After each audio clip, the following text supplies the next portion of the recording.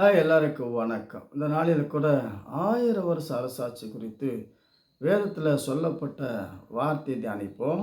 1 தெசலோனிக்கேயர் 4வது அதிகாரம் 14வது வசனத்திலிருந்து, இயேசுவானவர் மரித்து பின்பு எழுந்திருந்தார் என்று விசுவாசிக்கிறோமே, அப்படியே கிறிஸ்துவுக்குள் இயேசுவுக்குள் நித்திரை அடைந்தவர்கள் தேவன் அவரோடு கூட கொண்டு வருவார்.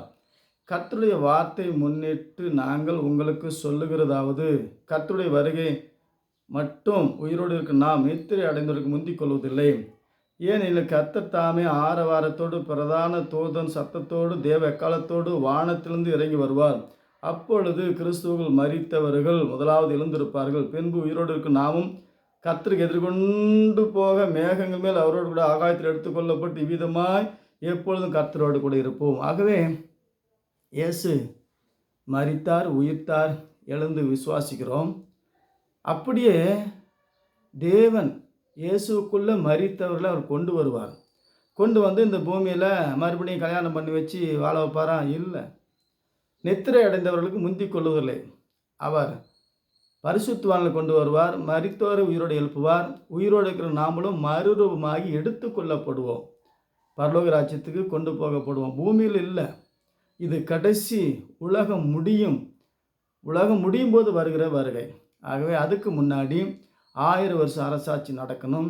1000 வருஷ அரசாட்சி முடிஞ்சு ரகசிய வருகை, மணவாட்டி எடுத்துக்கொள்ளப்பட்டு ஆகாயத்தில் வேறு இடத்துல 7 வருஷம் பரலோக ராஜ்யம் தன் குமாரனுக்கு கல்யாணம் பண்ணுகிற ராஜாவுக்கு ஒப்பாக இருக்குது. ராஜாவுக்கு ராணி, புத்தி உள்ள கன்னி.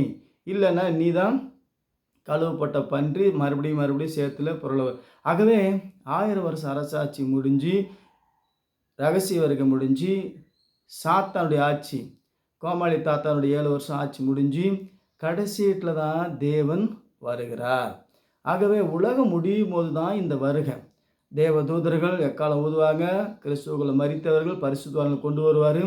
பூமியில் நம்மளும் மறுரூபாய் எடுத்துக்கொள்ளப்பட்டு இவ்விதமாக என்றென்றைக்கு கர்த்தரோடு கூட இருப்போம். இது கடைசி வருகை.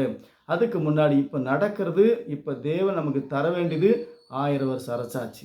அதுக்கு முன்னாடி இந்த யுத்தம், இந்த பஞ்சம், கொள்ளனை, இதெல்லாம் ஒரு ட்ரையல், ஒரு சேம்பல். ஆகவே இயேசு சொன்ன யுத்தமும் பஞ்சமும் உலகம் முடிஞ்சு கோகு யுத்தம், கடைசி யுத்தம் நடக்கும். ஆகவே இப்போ தேவ சித்தம் நடக்கணும். 1000 வருஷ அரசாட்சிக்கு நம்ம ஆயத்தமாக இருப்போம். கர்த்தருடைய வருகை அதிசயமாய் அற்புதமாக இந்த 1000 வருஷ அரசாட்சி தேவன் நமக்கு தந்து நம்மளே 1000 வருஷம் வாழ போகிறோம். அந்த சிஸ்டத்தை தேவன் தருவார். மீண்டும் சந்திப்போம். வணக்கம்.